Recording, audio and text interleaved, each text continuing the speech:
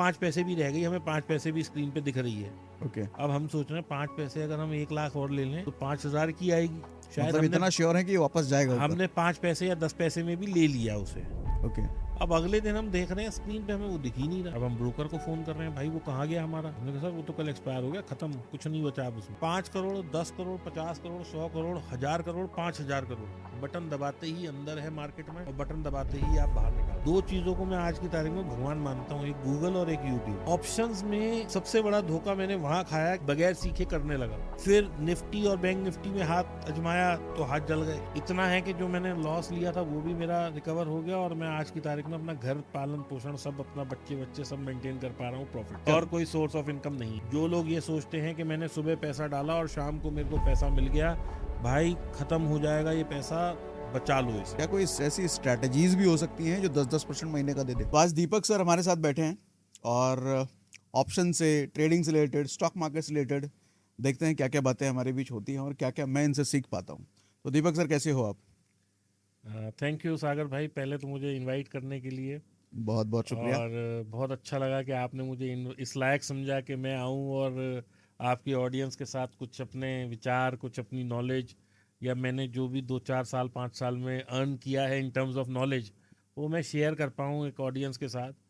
और मेरी ये पूर्णतः कोशिश रहेगी कि जब ये पॉडकास्ट एंड होएगा तो I will be able to deliver at least some value to your audience, कि वो कुछ मेरी बातों से सीख के, तो जो उनका जो लर्निंग कर्व है वो थोड़ा सा शॉर्टन हो जाए, तो मेरे लिए वही एक अचीवमेंट है।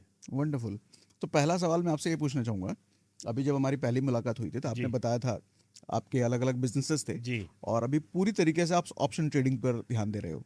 देखिए, मैं ना बहुत छोटी उम्र से मैंने अपने डैड को ज्वाइन कर लिया था। उनका एक केमिकल्स का बिजनेस था, सिरेमिक में केमिकल्स बेचते थे हम लोग। तो वो बिजनेस मैंने ज्वाइन कर लिया था when I was in class 12th। तो वो हम लोगों ने काफ़ी 2x 3x 4x 5x 10x तक एक्सपेंड करा और उसको हम काफ़ी ऊंचाइयों तक ले गए। ठीक है। और अगर आज वो टेक्नोलॉजी चल रही होती तो शायद मैं वो बिज़नेस कभी बंद नहीं करता।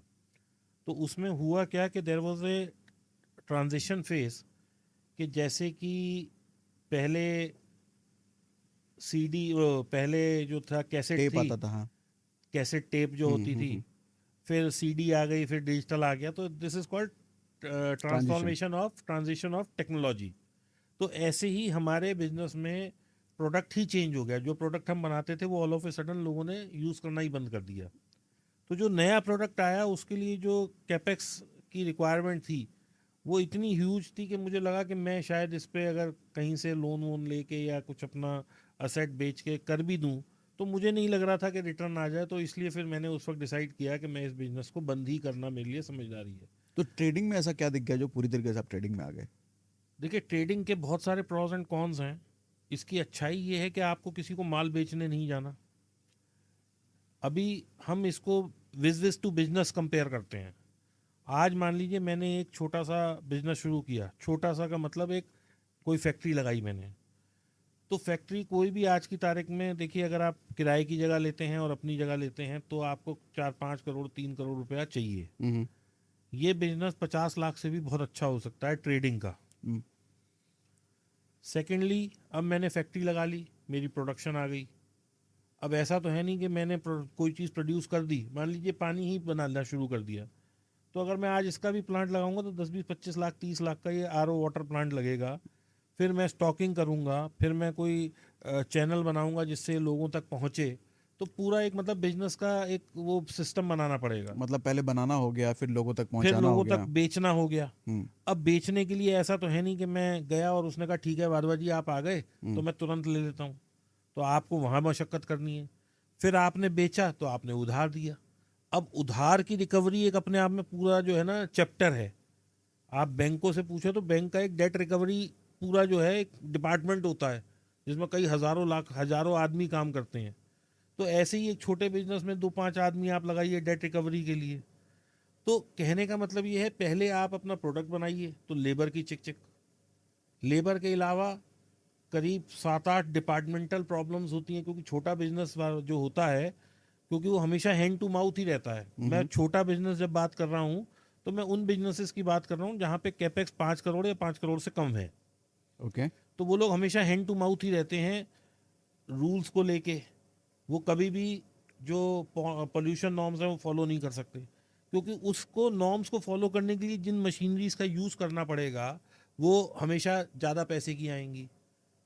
लेबर के नॉर्म्स फॉलो नहीं हो पाते छोटी जो फैक्ट्री हैं। और ये एक मतलब इसको कोई माने या ना माने ये हकीकत है। ठीक है। तो बहुत सारे डिपार्टमेंटल प्रॉब्लम्स रहती हैं एक छोटे वाले व्यापारी को, क्योंकि वो फॉलो नहीं करता। हम्म। और इसमें कोई मतलब मैं इस चीज़ को कोई ये नहीं कहता कि गलत है, क्योंकि ऐसा होता ही है। आप कह रहे हैं वहाँ पे चैलेंजेस ज़्यादा दिख रहे हैं। चैलेंजेस ज़्यादा हैं और वहाँ पे क्या होता है, डिपार्टमेंट को हैंडल करना भी एक अपने आप में पूरा एक एक्सरसाइज है। हम्म। सेकेंडली, लेबर को हैंडल करना एक चैलेंज है। क्यों? क्योंकि छोटी फैक्ट्री में आप हर बार एडवांस नहीं दे सकते, आपके पास कभी पैसे हैं कभी नहीं हैं, तो लेबर के नए नए चैलेंजेस हैं।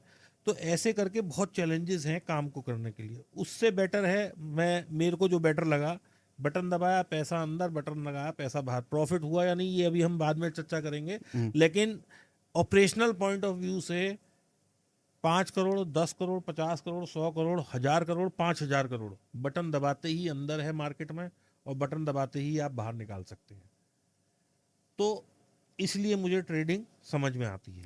तो अभी मैं आपसे प्रॉफिट और लॉस की बात करूंगा, लेकिन पहले ये जानना चाहूंगा कि आप कब से ट्रेडिंग में हैं, और देखिए, ट्रेडिंग में क्या ऑप्शन ट्रेडिंग? हाँ मैं बताता हूँ। मैंने 2015 में डिसाइड किया, मतलब 12, 13, 14 तक मेरा मूड बन गया था कि मैं अब इस काम को नहीं कर पाऊंगा। तो ऑलमोस्ट 15 आते आते तक मैंने ये काम अपना बंद कर दिया। उसके बाद मैं फ्यूचर ट्रेडिंग कर रहा था पहले, और यदि मैं फ्यूचर में रहता तो शायद मैं प्रॉफिटेबल रहता। फ्यूचर ट्रेडिंग में अगर कोई आदमी लॉस लेता है तो मैं कहूँगा गलत करता है, क्योंकि फ्यूचर ट्रेडिंग में आप बाय में बैठ रहे हैं तो लॉस आपको नहीं लेना, आपको नीचे आने तक का सिर्फ M2M का इंतजाम रखना है। ये क्या है M2M का एग्जाम? M2M का मतलब कोई चीज़ मैंने 100 पे ली, 80 आ गई तो 20 रुपये मेरे पास होने चाहिए टू होल्ड दैट प्रोडक्ट। ठीक है ना? क्योंकि over a period of time market तो ऊपर जा ही रहा है। तो अगर मैं इंडेक्स में ट्रेड करता हूँ, मैं अच्छे फंडामेंटल, मैं ये नहीं कहता कि आप येस बैंक जैसे किसी स्टॉक में ट्रैप हो जाएं, लेकिन जो निफ्टी टॉप 10 कंपनीज हैं वो आज भी टॉप 10 वही हैं जो आज से 10 साल पहले थी, तब भी वही टॉप 10 थी। राइट। उसमें कोई बहुत ज़्यादा चेंजेस नहीं आए। जो टॉप 50 हैं उसमें लास्ट के 10 में ज़रूर चेंजेस आए हैं, क्योंकि जो 51वीं कंपनी थी उसने बेटर परफॉर्मेंस की तो वो निफ्टी में घुस गई, और जो थोड़ा अंडर परफॉर्म कर रही थी वो निफ्टी से बाहर हो गई। लेकिन Nifty in itself is a index जिसमें कि टॉप 50 कंपनी ही हमेशा रहेंगी। राइट। उसमें अंडर परफॉर्मेंस वालों के लिए जगह ही नहीं है। मतलब वो एक ऐसा प्रीमियम सेगमेंट है कि भैया तुम परफॉर्म करोगे, तुम्हारा कैप मार्केट कैप इस लेवल के ऊपर होएगा, तुम्हारी इतनी ट्रेडिंग होएगी, और तुम इन सब पैरामीटर्स को मीट करोगे तो तुम निफ्टी में आ सकते हो। तो अगर आप किसी अच्छी कंपनी को पकड़ के बैठे हैं तो लॉस नहीं हो सकता। वो नीचे ज़रूर आ सकता है, लेकिन उसके लिए हेजिंग का आप सहारा ले सकते हैं। तो किसी अच्छी कंपनी में आप फ्यूचर ट्रेडिंग की बात कर रहे हैं? मैं सिर्फ टॉप 5 जो कंपनीज हैं उन्हीं में ही फ्यूचर ट्रेडिंग की बात कर रहा हूँ। ओके। तो अगर मैं उन्हें करता रहूं तो मैं लॉस नहीं हो सकता। ठीक है, एक टाइमली मुझे हो सकता है ड्रॉ डाउन दिख रहा हो, लेकिन वो draw down over a period of time cover हो सकता है। लेकिन फिर मेरे को किसी ने आके समझ दे दी कि साहब ऑप्शन कुछ होता है। बट जिस दिन से मैंने ऑप्शन किया उसी दिन से मेरा सत्यानाश से सवा सत्यानाश हो गया। ऐसा क्यों? ऐसा इसलिए कि ऑप्शन समझा ही नहीं मैं पहले। मुझे यही नहीं पता था कि ऑप्शन बाय करना है, सेल करना है। किसी ने कह दिया भैया बाजार नीचे जा रहा है, कॉल बाय कर लो। मैं आपको एक बड़ा मज़ेदार इंसिडेंट सुनाता हूँ। नीचे जा रहा है तो कॉल बाय कर लो। मैं आपको बड़ा मज़ेदार इंसिडेंट सुनाता हूँ। तब तो अब तो वीकली एक्सपायरी का कंसेप्ट आ गया, तब तो मंथली ही होती थी।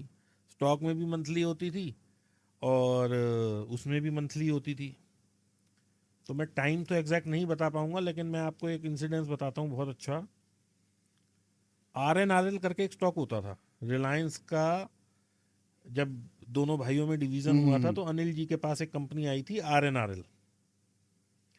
तो वो कंपनी 20 रुपए का स्टॉक ट्रेड होता था, ये बिल्कुल मेरे को फिगर भी याद है।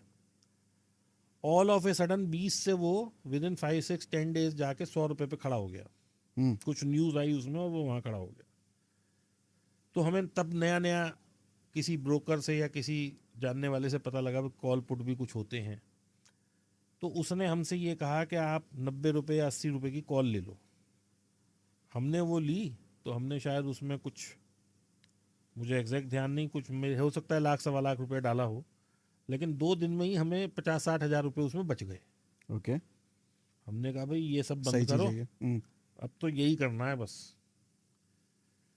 तो हमने उस वक्त, हमें नहीं पता था कि कौन सी प्राइस, मतलब स्ट्राइक प्राइस कुछ सिलेक्ट करते हैं, ऑप्शन कैसे काम करते हैं, बस हमें उसने सी बता दिया। तो हमें तो ये पता लग गया भाई यही भगवान है, जो कि आज की तारीख में 90% लोग यही गलती करते हैं। तो वो कुछ 12 या 15 रुपए की थी। हमारे पास पैसा भरपूर था उस वक्त, क्योंकि हम फैक्ट्री बंद करके आए थे, तो हमारे पास कलेक्टिवली काफ़ी अच्छा कैपिटल था। तो हमने वो एक लॉट ले लिया शायद 12 रुपए पे। अब वो 10 आ गया, हमने और ले लिया। वो 8 आ गया, हमने 2 और ले लिए, क्योंकि हम तो अपने आप को पैसे वाला समझ रहे थे। वो 4 आ गया, हमने तो 10 लॉट और ले लिए। वो 50 पैसे रह गया, मैंने कहा ये 50 वाला अब जाएगा 20 रुपये, क्योंकि वहाँ से गिर रहा है तो ये चला जाएगा। तो वहाँ से हमने 50 में तो शायद मेरे ख्याल 1,00,000 क्वांटिटी या 70,000, कुछ मुझे ध्यान नहीं एग्जैक्टली, लेकिन ह्यूज क्वांटिटी ले ली। अब ये बात है समझिए 28 या 29 जनवरी की। अब फरवरी में जब बाजार अगले दिन खुला, अच्छा वो 5 पैसे भी रह गई, हमें 5 पैसे भी स्क्रीन पे दिख रही है। ओके, अब हम सोच रहे हैं 5 पैसे अगर हम 1,00,000 और ले लें तो 5,000 की आएगी शायद। मतलब इतना श्योर है कि ये वापस जाएगा ऊपर? हमने 5 पैसे या 10 पैसे में भी ले लिया उसे। ओके, अब अगले दिन हम देख रहे हैं स्क्रीन पे हमें वो दिख ही नहीं रहा। अब हम ब्रोकर को फ़ोन कर रहे हैं, भाई वो कहाँ गया हमारा? उसने कहा सर वो तो कल एक्सपायर हो गया, ख़त्म, कुछ नहीं बचा अब उसमें। तो मैंने देखा रहे मेरे तो 5-6 लाख रुपए घुस गए इसमें, या 4-5 लाख रुपए घुस गए, मुझे एग्जैक्ट फिगर ध्यान नहीं है, but that was one big loss that I had at that point of time in options. तो मैंने कहा यार कल तक तो था और मैंने लिया भी था, आज वो कहाँ गया? तो उसने कहा सर कल तक आपने देखा 80 या 100 रुपए की सीई, इसके आगे जो डेट लिखी है वो कौन देखेगा? इस डेट का मतलब है कि ये इसकी एग्जिस्टेंस उस डेट तक ही है, उसके बाद खत्म। तो कहने का मतलब ये है कि जो पैसे अगर हैं तो प्रॉब्लम्स अलग तरीके की हैं। तब आप सीखने से पहले आप समझते हो भाई मैं तो बॉस हूँ, भाई मैं तो पैसा लगा सकता हूँ।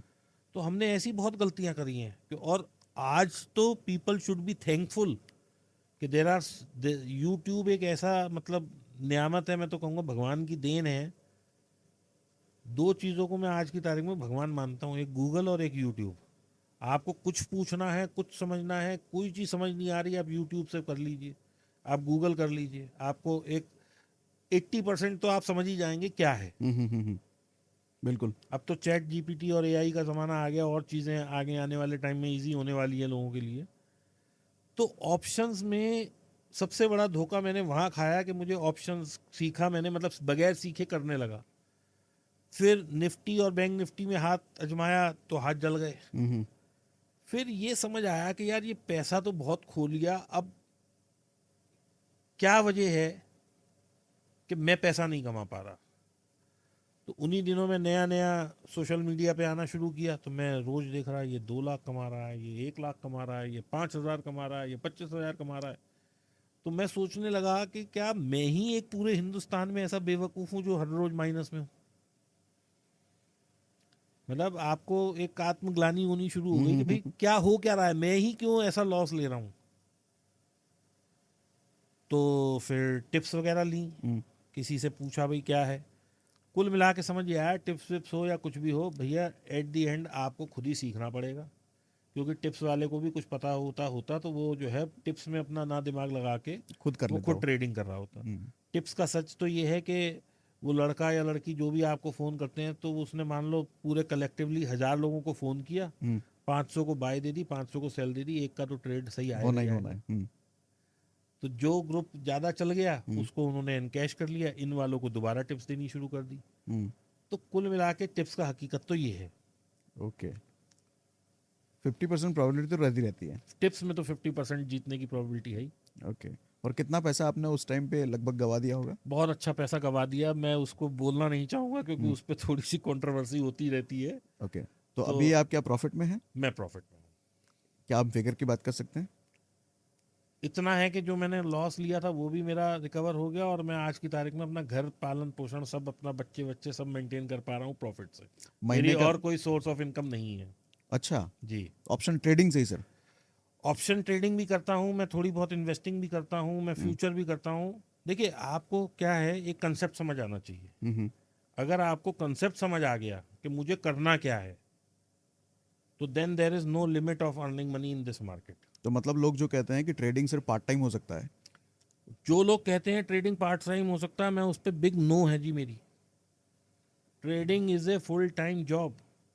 हम्म, You have to give your time, you have to give your efforts, you have to take education, you need to learn a lot of things. आपको स्क्रीन के आगे 8-8 घंटे बैठना पड़ता है, दिमाग आपका पूरा खाली हो जाता है by the time you reach your home.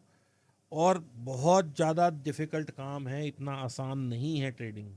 जो लोग ये सोचते हैं कि मैंने सुबह पैसा डाला और शाम को मेरे को पैसा मिल गया, भाई ख़त्म हो जाएगा ये पैसा, बचा लो इसे। हम्म। और एक परसेंटेज की बात करें तो कितना परसेंटेज आपका रहता है देखिए, महीने का? मैं बहुत कंजर्वेटिव ट्रेडर हूँ। हम्म, मैं लोगों की तरह 5-6-10% की बातें नहीं करता, ना मेरा आता है, ना मैं उस लेवल पे करता हूँ। मेरी जो भी एक कैपिटल है, उस कैपिटल का जैसे ही 1.5% मेरे को मिल जाता है, निकल मैंने जाते हैं। पहली तारीख से ट्रेडिंग शुरू करी और मान लीजिए 16-17 तारीख में मुझे 1.5% आ गया, 2% आ गया, तो आप समझें कि पहले अगर मैं 100 लॉट में ट्रेड कर रहा था तो मैं 5 लॉट में आ जाता हूँ। मैं 95% प्रॉफिट बुक करके शांति से बैठ जाता हूँ। अब ये पोजीशन मैंने इसलिए रखी हुई है ताकि मेरा इंटरेस्ट बना रहे मार्केट में, मैं देखता रहूँ मार्केट को। नहीं तो अगर मेरी पोजीशन जीरो हो तो मैं मार्केट ही नहीं देखूंगा। हम्म, तो मैं अपने ट्रेड इस तरह से लेता हूँ कि मुझे 1%, 1.5% मिल जाए, यानी कि हफ्ते का मुझे कुल 0.5% चाहिए, अगर 4 हफ्तों की हम बात करें तो। ओके। हफ्ते का 1-1.5% मतलब साल का हफ्ते का 18? 1.5% नहीं भाई सॉरी, साहब, महीने का, महीने का महीने का। 1.5%, हफ्ते का 0.5% और या 0.3%। साल का 18-20%? साल का 18-20% बहुत है। अगर मैं 18-20% कमा पा रहा हूँ हम्म, तो मैं जितने भी एसेट क्लास है उनको बीट कर रहा हूँ। हम्म, और सेकेंडली, एक नाम सब लोगों ने सुना होगा, मिस्टर वॉरेन बफेट। हम्म, वो तो पिछले कई सालों से 17-18% उनकी एवरेज CAGR आ रही है। हम्म, तो जब वो 18% कमा रहे हैं और मैं भी कमा रहा हूँ, तो मैं I think I am doing good in market. लेकिन हाँ, ट्रेडर्स हैं, मैं भी जानता हूँ, जो 3-3% भी महीने का कमा रहे हैं। मैं उस श्रेणी में नहीं आता, ओके। क्योंकि they are taking extensive risk, they have built a capital over a period of time which they are ready to lose. यानी कि किसी के पास 100 रुपए थे, उसने 1000 बना लिए, तो वो अब एक्सटेंसिवली रिस्क ले सकता है, मैं नहीं ले सकता। तो तो क्या इसलिए मैं अपना 1-1.5%, 2% पे शांति है। तो क्या कोई ऐसी स्ट्रैटेजीज भी हो सकती हैं जो 10-10% महीने का दे दे? आपने एक कॉल या पुट बाय कर ली, हम्म, अब भगवान की आप पे आशीर्वाद हो गया और वो आप बाय करके भूल गए। हम्म, क्योंकि अगर आप स्क्रीन के आगे बैठोगे तो आप 100 वाली चीज़ 120 में काटोगे ही काटोगे। हम्म। हाँ, वो तो जब बढ़ रहा आप होता है तो भूल हिम्मत गए नहीं होती है। और वो 2000-5000 की हो गई, हम्म, 3000 पॉइंट बैंक निफ्टी चल गई, तो पैसा बन जाएगा। हम्म। ऐसी स्ट्रेटेजीज भी हैं। लेकिन 10% नॉर्मल कोई स्ट्रेटेजी नहीं होती, एडजस्टमेंट से यू कैन मेक 10%। क्या एडजस्टमेंट? जैसे कि स्ट्रैडल हो गया, स्ट्रैंगल हो गया, out of the money calls हो गया, इन सबको यदि आप बेचते हैं और मार्केट एक दायरे में रहती है तो आप मार्केट से और नज़दीक आते जाते हैं, हम्म, तो इनको हम, ये स्ट्रैटेजीज हैं ऑप्शन सेलिंग में। तो अगर आप इनको फॉलो करते हैं तो इनसे आप पैसा बना सकते हैं। ओके। लेकिन इनमें रिस्क भी इन्वॉल्व है, हम्म, उसी अकॉर्डिंग। उसी अकॉर्डिंग। ठीक है, तो एक ट्रेडर को बहुत सारे लोग होते हैं, मैं ऑप्शन बायर हूँ, मैं ऑप्शन सेलर हूँ, हर तरफ होना चाहिए एक ट्रेडर को, या फिर पर्टिकुलर सिर्फ देखिए, बाइंग मेरा पकड़ के जो चलनी पिछले है? 7-8 साल का तजुर्बा है, या 5 साल का जो मेरी एक्टिव ट्रेडिंग है, उसमें what I have analysed is कि आप अगर सिर्फ बाइंग करते हैं हम्म, तो प्रोबेबिलिटी ऑफ विनिंग इज 1 और 2 और 5 आउट ऑफ 100। और आप सेल करते हैं तो भी 95 आउट ऑफ 100 नहीं है, तो भी 60 आउट ऑफ 100 ही है, क्योंकि 30 टाइम लॉस उसमें भी होता है। लेकिन अब इसको हम किस तरह से करते हैं कि हमने अपना रिस्क टू रिवॉर्ड जो है वो 1:2 का रख दिया। हम्म, तो अगर मैं 50% प्रॉफिट में हूँ, 50% लॉस में हूँ, तो भी मैं प्रॉफिट में उठूंगा। ओके। अब आप इसको ऐसे समझिए कि आपने सिक्का उछाला, आप 100 के 100 टाइम तो सिक्का से नहीं हार सकते। बिल्कुल। अगर आप 30 टाइम भी जीत गए तो आप एट पार छूटेंगे। प्रॉब्लम यहाँ मार्केट में ये है कि सागर भाई आज किसी ने मेरे से सीखा, 2 दिन मुझे फॉलो किया, तीसरे दिन लॉस आया तो वो पहुंच गया सागर भाई के पास। अब वो सागर भाई सिखा रहे हैं उसे। अब सागर भाई से सीखा तो रामलाल के पास पहुंच गया। लोग कंसिस्टेंट नहीं है। जबकि एक आपने कहावत सुनी होगी, ब्रूस ली की है कि I am not worried about the person who has practice 10,000 times, I am worried about the person who has practice same kick 10,000 times. यानी कि जो आदमी एक ही चीज को 10,000 बार कर रहा है, मुझे उससे ज्यादा डरने की जरूरत है रादर देन जो 10,000 बार कुछ काम कर रहा है। ये एक ही चीज का मतलब किसी एक स्ट्रेटजी की मैं बात कर एक रहे हैं? स्ट्रेटजी कर रहा हूँ, मान लीजिए आज मैंने उसे स्ट्रेटजी को करा, कल मुझे लॉस आ गया, लॉस आ सकता है, कोई बड़ी बात नहीं है, तो अगले हफ्ते मैं उसे छोड़ के कुछ और ना करूं। मैं उसे कम से कम 10 हफ्ते, 15 हफ्ते, 20 हफ्ते, 50 हफ्ते टाइम तो दूं। अगर फिर भी वो नहीं चल रही तो मैं कहूँगा हाँ भी मेरी स्ट्रेटजी में गलती है। लेकिन अगर वो स्ट्रेटजी किसी टाइम प्रॉफिट देती है, किसी टाइम लॉस देती है, तो वो सबसे अच्छी स्ट्रेटजी है। दैट इज एज पर द मार्केट। क्या रेशियो होना चाहिए कि मुझे समझ में आए कि नहीं ये स्ट्रेटजी मेरी काम कर रही है? 1:1, 1:2, मतलब 1:1 तो मिनिमम होनी चाहिए। 1:2, 3, 4, 5 जितना ज्यादा हो वो अच्छा है। 1:2 कहने का मतलब एक बार अगर लॉस दे रही है तो कम से कम 2 बार प्रॉफिट दे। आप इसको ऐसे भी समझ सकते हैं, या 100 रुपए के लॉस पे 200 रुपए का प्रॉफिट होना चाहिए। अच्छा, अगर ऐसा है तो जी ठीक है। और ऐसा कितनी बार उसको देखना चाहिए, ऐसा कुछ पैरामीटर? देखिए, कितनी बार एक आध देखना, बार तो दे देगा। नहीं कितनी बार देखना या समझना वाले सवाल नहीं है। देखिए, कोई भी स्ट्रेटजी होती है, हम बात करते हैं जैसे मेरे ये हाथ हैं तो दिस इज द प्राइस, ये सेंटर ऑफ द प्राइस है, तो हम ये कॉल बेच रहे हैं, ये पुट बेच रहे हैं। अब बाजार अगर यहाँ आ गया तो मुझे ये पता होना चाहिए कि यहाँ आने पे मुझे क्या एडजस्टमेंट करनी है। अगर बाजार यहाँ आने के बाद फिर दोबारा वापस यहाँ आ गया तो मुझे फिर पता होना चाहिए कि मुझे क्या एडजस्टमेंट करनी है। मुझे तो सिर्फ एडजस्टमेंट करते जाना है और मार्केट को फॉलो करते जाना है। एडजस्टमेंट का मतलब एवरेजिंग की बात कर रहे हैं? Averaging, hedging? देखिए, एडजस्टमेंट में एवरेजिंग भी होती है, प्राइस को शिफ्ट करना भी होता है, कॉल मतलब अगर लॉस में पुट वाली साइड है तो कॉल को भी शिफ्ट करना है और पुट को भी हेज करना है। तो इसीलिए मैं कहता हूं कि जब भी आप ट्रेड लें, आपके दिमाग में ये 4 पॉइंट हमेशा होने चाहिए।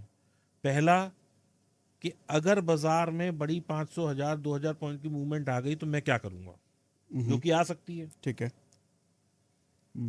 तो मेरे को ये पता होना चाहिए कि मेरे को किसी भी डायरेक्शन में मूवमेंट आ जाए, मुझे करना क्या है।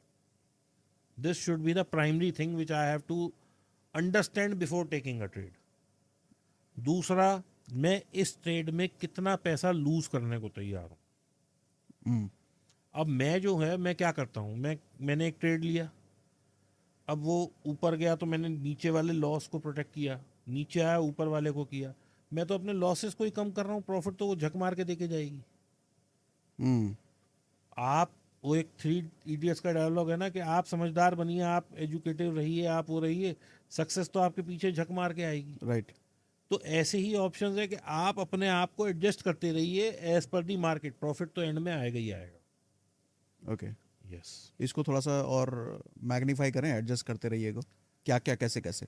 देखिए, हमने एक मान लीजिए कोई स्ट्रैडल बेचा, बाजार ऊपर चला गया, तो जो मेरी कॉल साइड है वो लॉस में होगी, पुट साइड प्रॉफिट में होगी। तो अब मैं पूरी की पूरी पुट साइड हटा के थोड़ी सी एडजस्ट करूं और कॉल में कुछ ऐसा एडजस्टमेंट करूं कि मेरा कॉल का लॉस कम हो जाए। और ये सब मैं ओरली या कॉपी पे लिख के ना करूं। इसके लिए एक सॉफ्टवेयर है जो कि फ्री ऑफ कॉस्ट है, जिसके कि मैं 3-4 नाम दे देता हूं, मुझे किसी ने प्रमोट नहीं किया कि मैं बोलूं। सेंसिबल है जो काइट के साथ फ्री है, जीरोधा का। ऐसे ही ऑब्स्ट्रा है जो कि फ्री है, उसमें आप स्ट्रेटेजी डाल के देख सकते हैं कि प्रॉफिट कहाँ है, लॉस कहाँ है, पे ऑफ चार्ट। तो आप इन सॉफ्टवेयर में डालिए अपनी पोजीशन और उस हिसाब से एडजस्टमेंट करिए। कई दफ़ा मैं सोच रहा हूँ मेरी एडजस्टमेंट ठीक है, लेकिन जब मैं उसे ऑब्स्ट्रा में डालता हूँ तो वो गलत साबित हो जाती है। तो वो चीज़ें आपको फॉलो करनी पड़ेंगी। तो मैंने आपको क्या बताया, पहला पॉइंट कि मेरे को ट्रेड में कैसे घुसना है, कितना लॉस देना है। 2000 पॉइंट की मूवमेंट पे क्या करना है। तीसरा सबसे इंपॉर्टेंट पॉइंट कि मेरे को लॉस कितना देना है। मार्केट को कितना देना है जो आपने बोला। अगर मान लीजिए एक स्ट्रैटेजी मेरा 1.5% या 2% लॉस हो गया भाई साहब, उसके बाद मेरे को चाहे कोई आके कह दे कि ये कल प्रॉफिट में आएगी, मैं आज लॉस लेके निकलूंगा, मैं कल दोबारा ट्रेड ले लूंगा, हम्म, लेकिन मैं आज तो अपने आप को पीस ऑफ माइंड बाय करूंगा ही करूंगा, बाय स्क्वायर मतलब उसे स्क्वेयरिंग ऑफ द पोजीशन। हम्म, क्योंकि देखिए क्या है, अब इसको आप साइकोलॉजी समझिए कि एक है कि आप लड़े जा रहे हैं लड़े जा रहे हैं लड़े जा रहे हैं, कोई हल नहीं निकल रहा। दूसरा ये है कि आप जहां खड़े हैं वहीं पे ही दोबारा पोजीशन बनाइए, शायद लड़ना कम पड़े। हम्म, तो अगर आप इस तरह से ट्रेड करेंगे तो I am sure you will make very good money. आप कह रहे हैं कि सबसे पहले अपना लॉस का हिसाब लगाना ज्यादा जरूरी है। लॉस का हिसाब जरूरी प्रॉफिट है, कितना होगा वो बाद में वो देखेंगे, बाद में देखेंगे। पहले लॉस। यस। मतलब वर्स्ट केस में कितना, मैं कहाँ तक वर्स्ट हो सकता हूँ। देखिए सागर भाई, आज ना ये चीज ना कि ट्रेड में बट हर जगह लागू होती है। हम्म, हाँ, आज आप कोई भी काम करने चल रहे हैं, आपने ये स्टूडियो बनाया, ये सब इन्वेस्टमेंट करी, तो आप इससे क्या कमा पाएंगे क्या नहीं कमा पाएंगे ये तो एक सेकेंडरी है। हम्म, तो आप सबसे पहले सोचेंगे भाई मैंने 10-20 लाख की जो इन्वेस्टमेंट करी है ये मुझे कहाँ तक लॉस दे सकती है, तो ये उतना ही लॉस दे सकती है जितने की ये है। Hmm, right. तो क्या आप इस लॉस के लिए तैयार हैं? आज चलो थैंक्स टू गॉड कि ये आपका पॉडकास्ट बिजनेस और ये सोशल मीडिया पे you have become a very good successful entrepreneur. लेकिन अगर ये किसी वजह से नहीं चलता तो ये जो 20 लाख की इन्वेस्टमेंट है ये तो आपने सोचा होगा ना यार, नहीं चलेगी तो क्या होगा। हम्म, तो आपने सोचा होगा यार मैं अगर नहीं इसको यूज कर पाऊंगा, 20 लाख इन्वेस्ट कर रहा हूँ, तो 10 लाख का तो कोई ले ही लेगा। तो आपने अपने साइकोलॉजिकली एक बैरियर बना दिया ना कि 10 लाख का तो मैं लॉस लेने को तैयार हूं। राइट। यही सोच के तो आप आगे बढ़े।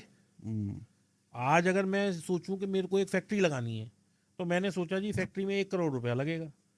अब सेकंड मेरे दिमाग में क्या सवाल आएगा कि अगर मैं फेल हो गया, मेरा माल नहीं बिका, मेरा ये नहीं हुआ वो नहीं हुआ, तो क्या होगा।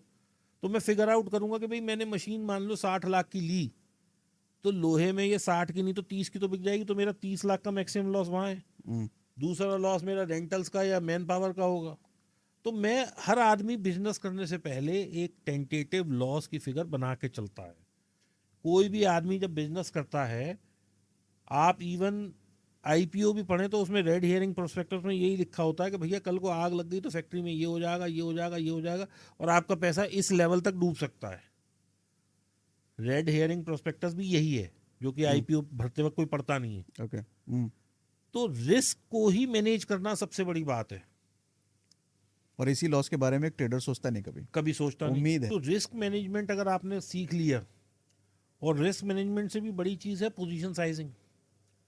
अगर कोई पोजीशन आपको, आज आपने मान लीजिए बैंक निफ्टी बाय करी सेल करी, ऑप्शन सेल करा बाय करा, जो भी लिया, और उस पोजीशन से आपको डर लग गया कि कल क्या होगा, हम्म, मैं इसे कैसे छोड़ के जाऊं, दैट मीन्स आपकी पोजीशन साइजिंग ठीक नहीं है।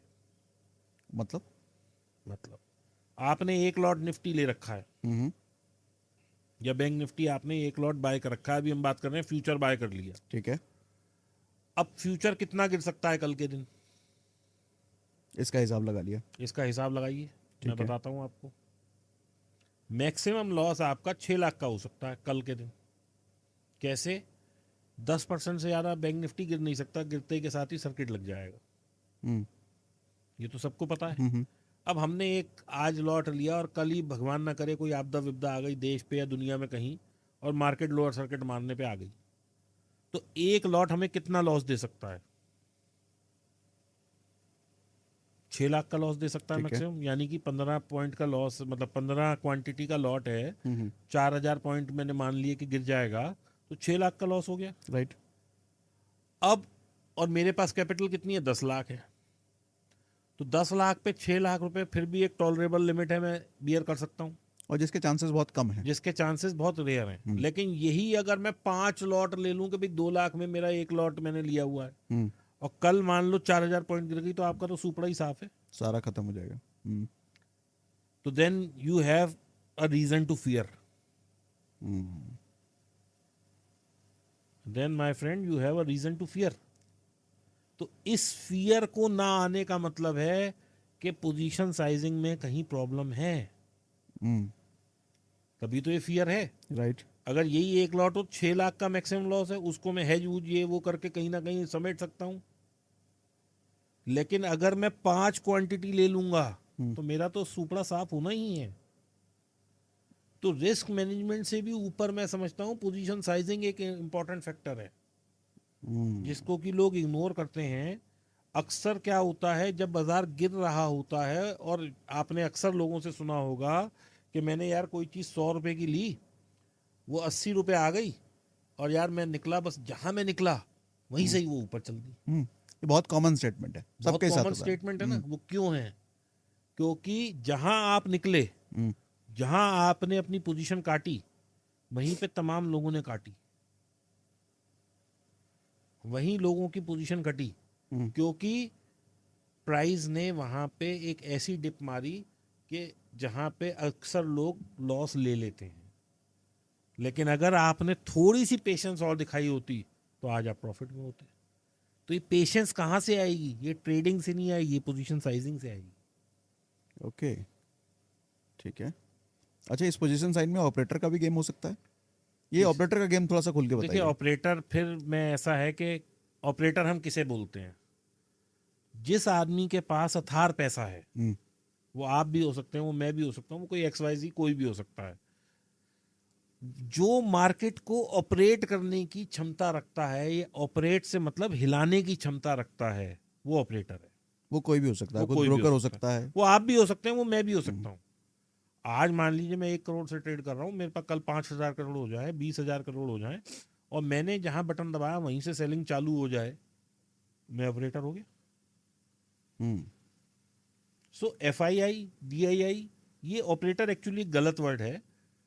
जो बड़े पैसे वाले लोग हैं, जो स्मार्ट मनी जिसे हम बोलते हैं, वो smart money is the right word rather than operator. तो स्मार्ट मनी जो है वो एक्चुअली स्मार्ट मनी उसे कहा ही इसलिए गया है कि वो हम आपसे जब से ज़्यादा स्मार्ट है।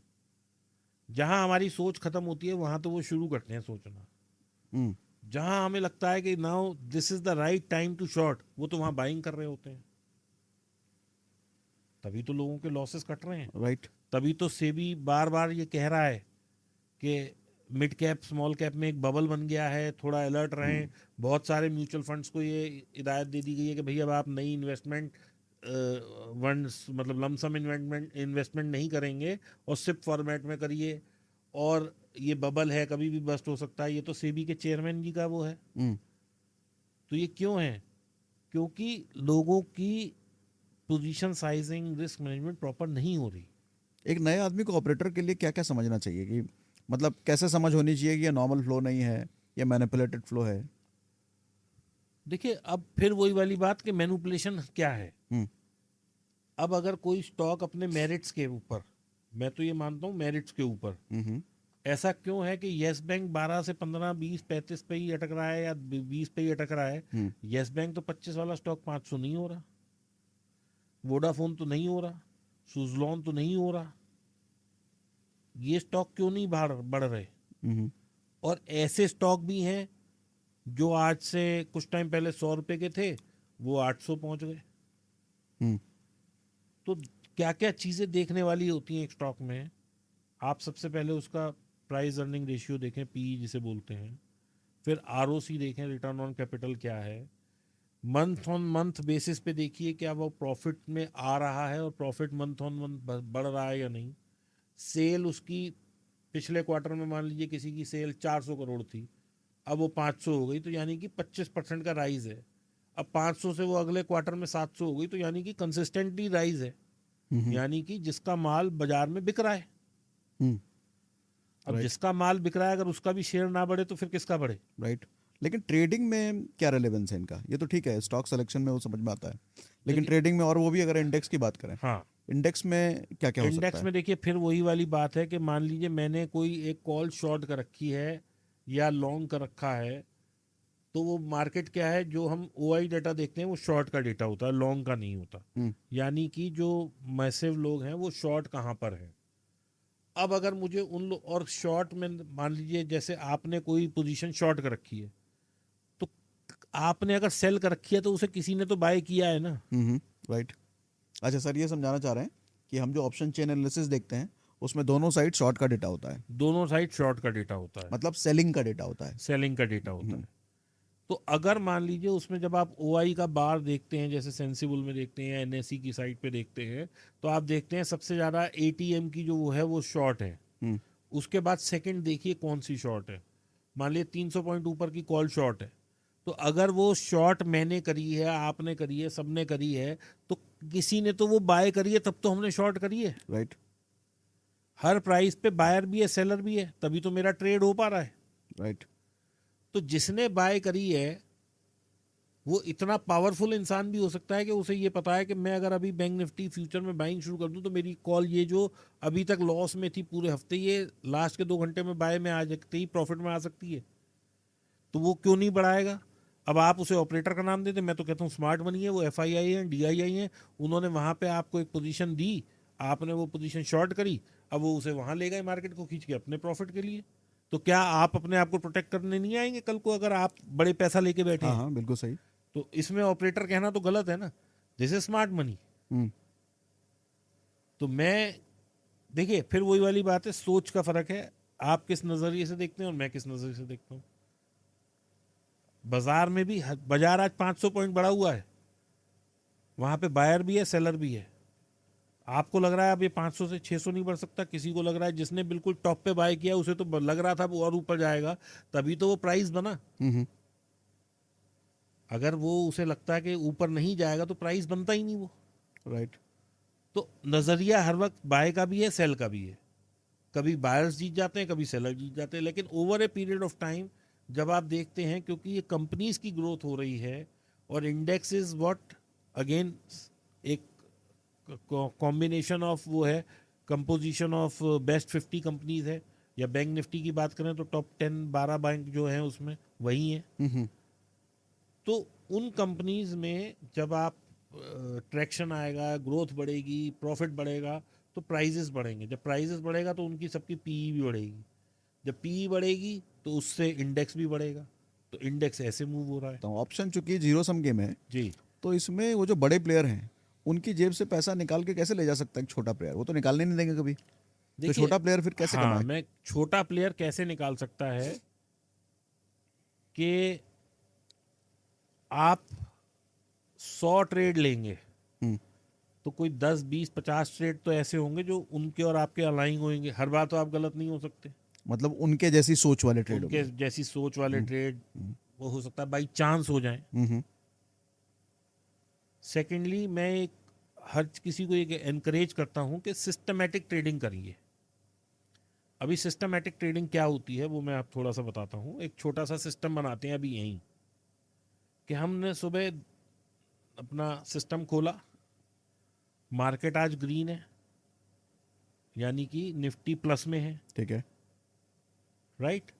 10 बजे मैं देखूंगा कि निफ्टी प्लस है तो मैं बाय करूंगा, निफ्टी माइनस है तो मैं सेल करूंगा। चलो हम बैंक निफ्टी की बात कर लेते हैं, ठीक है। क्योंकि मैं बैंक निफ्टी ट्रेडर हूँ। हम्म, बैंक निफ्टी हमने ये देखा कि अगर ये बैंक निफ्टी 10 बजे प्लस में है तो मैं आज पूरा दिन बाय करूंगा, और माइनस में है तो मैं सेल करूंगा। ठीक है। लेकिन मैंने टाइम फिक्स कर दिया, तो मैंने 10 बजे आते ही देखा प्लस में है तो मैंने प्लस उसे वो कर दिया, बाय कर लिया फ्यूचर। फ्यूचर बाइक हाँ, फ्यूचर बाय कर लिया, और 100 पॉइंट नीचे मैंने एसएल लगा दिया, 200 पॉइंट का मैंने प्रॉफिट बुकिंग कर ली। ये मेरा एक सिस्टम बन गया। ठीक है।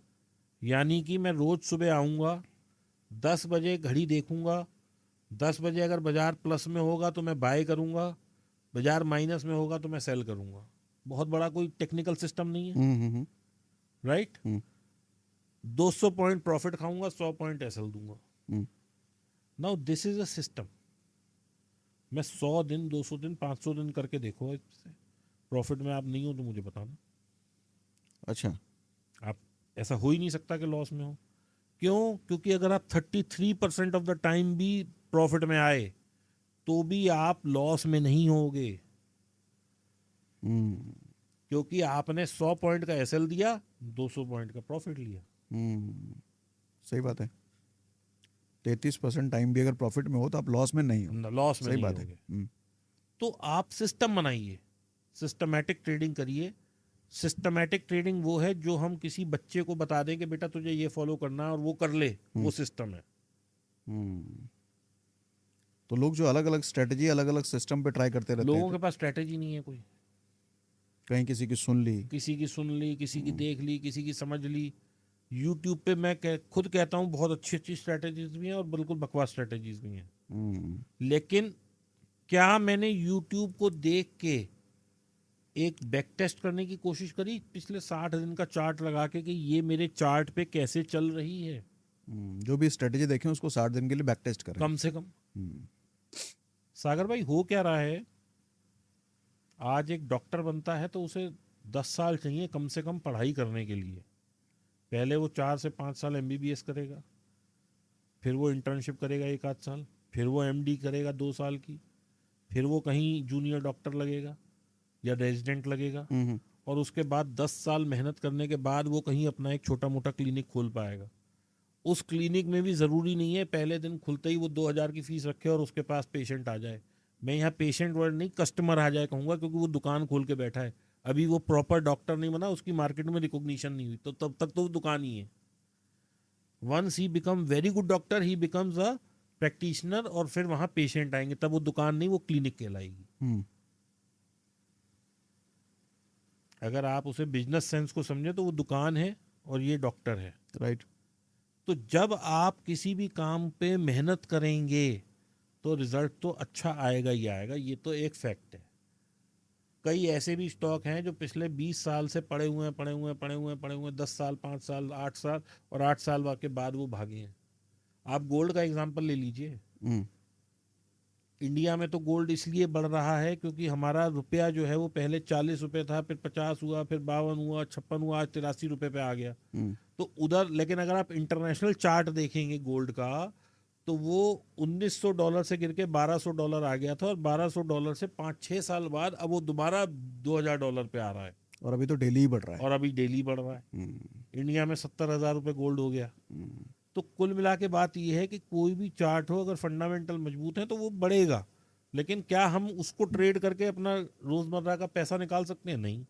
तो इसलिए ट्रेडिंग हमें वो करनी है कि जिसमें हम अपना डे टू डे ब्रेड को अर्न कर सकें। राइट। ये है।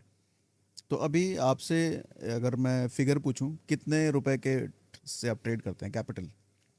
मैं ऑलमोस्ट 1 करोड़ के आसपास, 1 करोड़ 1.5 करोड़ के आसपास से ट्रेड करता हूँ। 1 करोड़ रुपए डेली? डेली। और ये कैपिटल इन्वेस्टेड होता है? इन्वेस्टेड होता है। ओके। और इसमें आप कह रहे हैं महीने का 1-1.5%? बिल्कुल। ओके।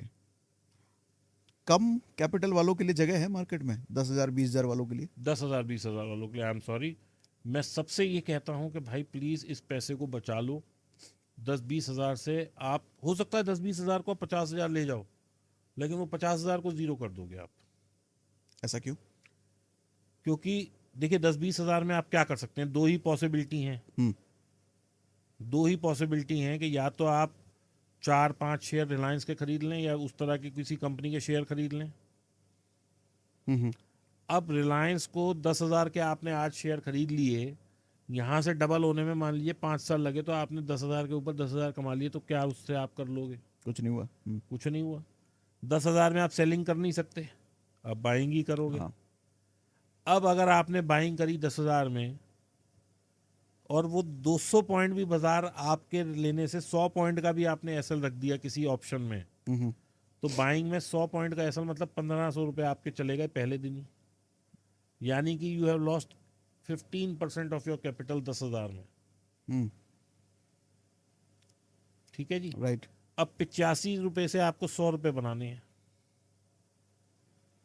तो it's a very tough competition. मतलब एकदम वाटर टाइट कंपार्टमेंट है जिसमें से कि आपको निकल गुजरना है, जो कि पॉसिबल नहीं है। पॉसिबल नहीं है, बहुत डिफिकल्ट है। बहुत डिफिकल्ट कहूँगा मैं। हाँ, लेकिन कुछ लोग बना लेते हैं, लेकिन वो बहुत कुछ ही लोग हैं। देखिए मेरे, मान लीजिए अगर आज 200-500 ट्रेडर्स को जानता हूँ, तो उसमें बायर मुश्किल से एक होगा। बायर मुश्किल से एक होगा? कामयाब बायर। ओके। लूजर बायर बहुत होंगे, लेकिन कामयाब एक होगा। ज़्यादा लोग सेलिंग करना ठीक रहता है या बाइंग? देखिए अगर आपके पास फिर वही बात है, पैसा है। पैसा है, क्योंकि सेलिंग में पैसा लगता है। हम्म, और सेलिंग एक सस्टेनेबल बिजनेस क्यों है? क्योंकि देखिए आप जब भी सेल करते हैं तो एक लॉट सेल करने के लिए आपको 1 लाख रुपए करीब करीब चाहिए। हम्म, अब आपने मान लीजिए 20 पॉइंट, 30 पॉइंट, 50 पॉइंट का ऐसा लगा या 100 पॉइंट का रखा, हम्म, तो 1 लाख में से 1500 रुपये चले गए तो क्या गया? 1.5%। राइट। अब मैं जैसे करता हूँ तो मैं तो 3 लाख रुपए पे एक लॉट ट्रेड करता हूँ। हम्म, अब 3 लाख पे एक लॉट ट्रेड किया और मान लीजिए एक लॉट में आज मैंने कोई पोजीशन ली, 200 पॉइंट का भी लॉस ले लिया, हालांकि मैं बहुत एक्सट्रीम साइड पे बोल रहा हूँ, हम्म, ऐसा होता नहीं है, लेकिन मैं चलो आपकी बात को बड़ा करने के लिए और ऑडियंस की सुविधा के लिए 200 पॉइंट भी लॉस ले लिया, हम्म, तो कितना मेरा लॉस हुआ 200 पॉइंट में? 3,000 रुपये। हाँ, अब 3 लाख पे 3,000 इज 1% ऑफ माई कैपिटल, मुझे तो टेंशन ही नहीं है, राइट, ठीक है। क्योंकि कल मैं अगर कमाऊंगा तो मैं 2% कमा लूंगा। So you have to understand कि position sizing plays a very important role. ये नहीं है कि आज मेरे पास 50 लाख हैं या 10 लाख हैं तो मुझे 20 लॉट में काम करना है। भाई मरना ही मरना है, पैसा खत्म करके बाजार को ही दे के जाओगे। ओके, अच्छा एक लास्ट सवाल है अब आपसे, कंक्लूड करते हैं। 2015 में आपने बताया ना जी ऑप्शन पे पूरी तरीके से आए। उस टाइम तो ज़्यादा इंटरनेट भी नहीं था, ज़्यादा जी। वीडियो भी नहीं थे। सीखा कैसे आपने? और आज एक नए आदमी को ढंग से ट्रेडिंग करने के लिए कैसे, कौन से सोर्स से सीखना चाहिए? यूट्यूब पर डिटेल में ट्रेनिंग वेनिंग नहीं है, बेसिक बेसिक होते हैं, बट देखिए ढंग ऐसा से है कि सीखने के लिए एज क्या करें? सच जो मैंने एक वो निकाला निष्कर्ष कि हम्म, कोई भी कंप्लीट ट्रेडिंग या कोई भी कंप्लीट ऐसा कोई कोर्स ही नहीं है इंडिया में किसी भी स्ट्रीम में जहाँ कुछ इसका सिखाया जाए। तो देखिए सीखना तो खुद ही पड़ेगा और यूट्यूब की हेल्प से ही सीखना पड़ेगा। किसी का पॉइंट ए अच्छा है, किसी का पॉइंट बी अच्छा है, किसी का पॉइंट सी अच्छा है, तो पूरी सबको वर्णमाला देखना है। वर्णमाला अपने आप बनानी पड़ेगी। हम्म, ये आपको with the over a period of time समझ आएगा कि ये जो आदमी बोल रहा है ये सही बोल रहा है या ये जो बोल रहा है उसको मैं बैक टेस्ट करूं तो वो सही निकलेगा। हम्म। ये विद द टाइम ही पता लगेगा। तो मतलब आप कह रहे हो ऐसा कोई तरीका नहीं है कि मैं सीख लूं और पहले दिन से एकदम कम से कम रिस्क और ज़्यादा प्रॉफिट के साथ काम करूं? देखिए कोर्सेज, पैसा गवाते गवाते सीखेंगे ऐसा? इसका एक तरीका क्या है कि आप एडिक्वेट कैपिटल से काम करिए। एडिक्वेट कैपिटल 1 लाख रुपए कम से कम? नहीं, अगर आप सेलिंग में जा रहे हैं तो कम से कम 3 लाख रुपए होंगे तो एक लॉट में काम करना है। ठीक है। और आपको नए आदमी को सेलिंग में जाना चाहिए क्या? सेलिंग में ही जाना चाहिए। सेलिंग में ही जाना जी, चाहिए? ओके, क्यों? क्योंकि सेलिंग में रिस्क कम है। हम्म, सेलिंग में डी का डिके जो है वो आपकी साइड है। हम्म, जैसे हम ऊपर से गिरें तो ग्रेविटी हमें और पुल करेगी, जबकि हम ऊपर जाएं तो हमें बहुत फोर्स लगानी पड़ेगी। राइट। ऐसे ही जब बाजार जो होता है उसमें जो ऑप्शन की वैल्यू है वो डिके हमारे फेवर में आता है। हम्म, तो आप out of the money options को अगर सेल करते हैं, जैसे कि मैं आपको एक उदाहरण देता हूं कि हमें 1 लाख रुपया या 3 लाख रुपए में हमें एक लॉट करना है। पहली चीज़ आप ये समझिए, तो 2% कमाने के लिए मुझे कितने पैसे चाहिए? 6,000 रुपये। हम्म, अब 6,000 को 4 हफ्ते में हम भाग कर दें तो हमें केवल 1,500 रुपये चाहिए जी।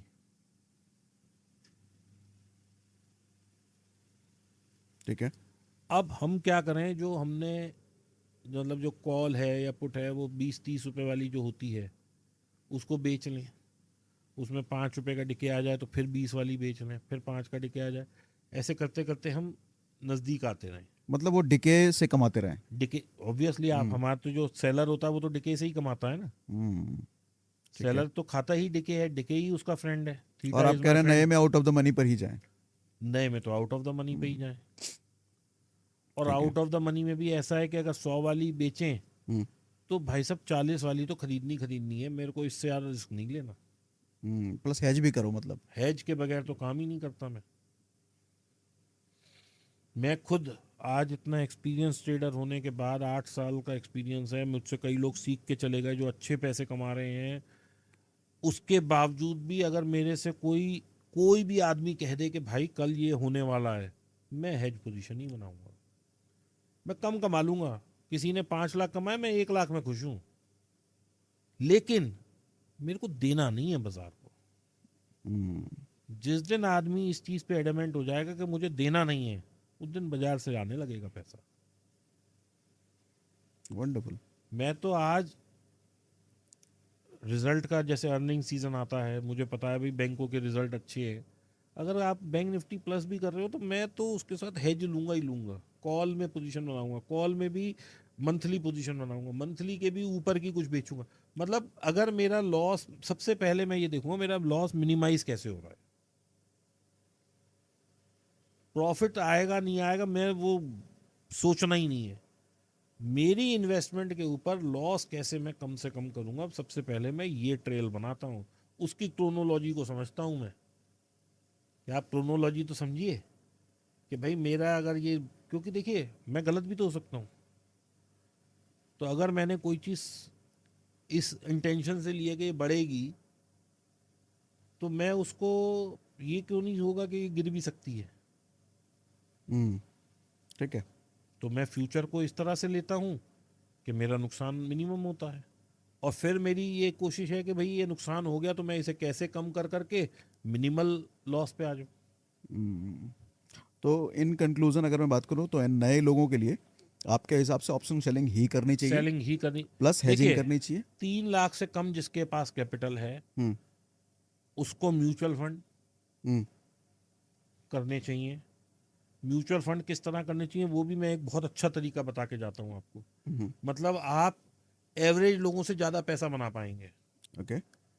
कोई भी म्यूचुअल फंड आप लें, वो आपका एडवाइज़र आपको एडवाइस करेगा, मैं I am not the right person for that, लेकिन मैं आपको एक सिस्टम बताता हूँ कि आप उस एडवाइज़र के बाद भी कैसे ज़्यादा पैसा बना सकते हैं। मान लीजिए आपको 3 लाख रुपए इन्वेस्ट करने हैं, हम इजी तो 25,000 रुपये महीना हो गया। आप 3 लाख के पहले लिक्विड फंड ले लीजिए। कैसे?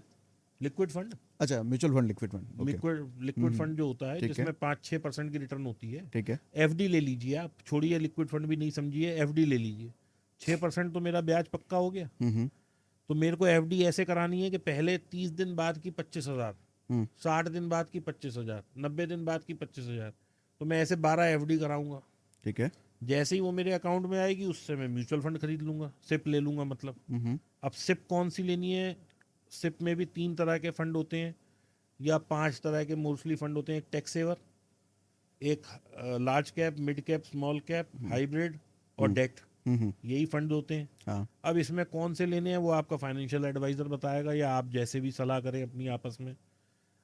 लेकिन अगर आपको म्यूचुअल फंड 15% रिटर्न देने वाला है, तो जो मैंने आपको ये सिस्टम बताया कि आप एफडी में से भी करिए, तो चाहे वो 25,000 है तो उसमें 100-200 कुछ आपको वहाँ भी बचेगा जो आप मंथली एफडी करा रहे हैं। ओके। क्योंकि जो 12 महीने की एफडी होगी वो तो आपको पूरे 6% ही दे रही होगी हाँ ना। हाँ हाँ हाँ, उससे पहले वाली 6 नहीं देगी तो 4% तो देगी। कुछ तो देती जाएगी। हाँ हाँ। तो हर महीने आप कुछ कुछ कुछ कुछ कुछ कुछ सेव कर रहे हैं और इधर आपका पैसा वो पूरा लग रहा है। हम्म तो इस तरीके से क्या हुआ कि अगर मेरी रिटर्न 15% आने वाली है, by this method I will find कि 3% मेरी एक्स्ट्रा रिटर्न आ गई। Okay. You are getting my point.